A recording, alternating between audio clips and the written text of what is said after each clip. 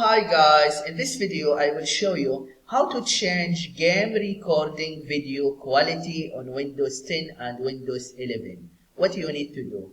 But before that, if you find this video is helpful, please subscribe to my channel and give a like. Okay, how to change game recording video quality on Windows 10 and Windows 11.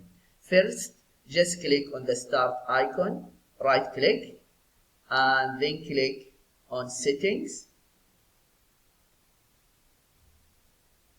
After that, click on gaming and then captures,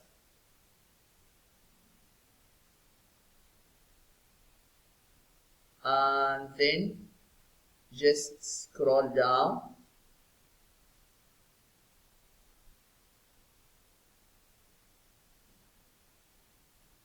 and you see here video frame rate 30 FPS recommended, it's okay.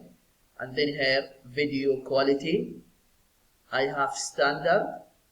Just click in the drop down menu and then select high.